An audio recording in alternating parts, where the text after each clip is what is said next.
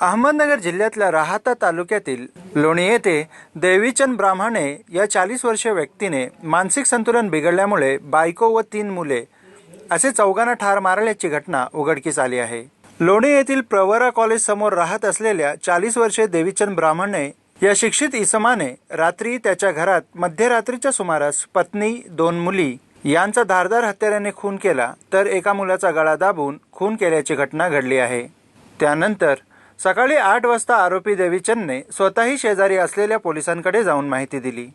त्यानंतर पोलिसांनी घटनास्थळी जाऊन पंचनामा करत मृतदेह शवविच्छेदनासाठी प्रवरा ग्रामीण रुग्णालयात पाठवले आहेत।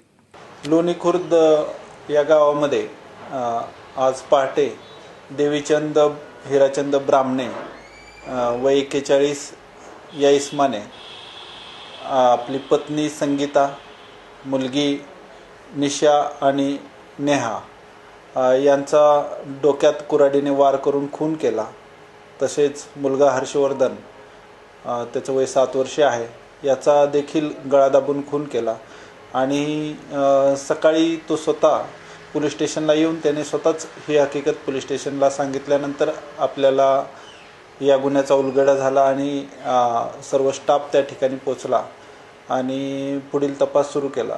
तपास सुरू केला असताना असं निदर्शनास आलं की त्याच्यावर मानसोपचार तज्ज्ञाचे उपचार चालू होते आणि मनोरुग्णतेतून नैराश्यातून त्याने हा खून केला असं सकृतदर्शनी दिसत आहे आणि पुढील तपास सुरू आहे। देवीदासने रात्री झोपेतच पत्नी आणि मुलींच्या डोक्यात कुऱ्हाडीने वार करत हत्या केली, तर मुलगा हर्षद याचा गळा दाबून हत्या केली आहे। या हत्यांमुळे लोणीत खळबळ उडाली आहे। आरोपी मनोरुग्ण असून तो तणावात असताना त्याने हे हत्याकांड घडविल्याचा पोलिसांच्या प्राथमिक तपासात समोर आले। पोलीस घटनास्थळी दाखल होत पुढील चौकशी सुरू आहे। प्रतिनिधी Nitin Shelke, next generation news, Sangamner.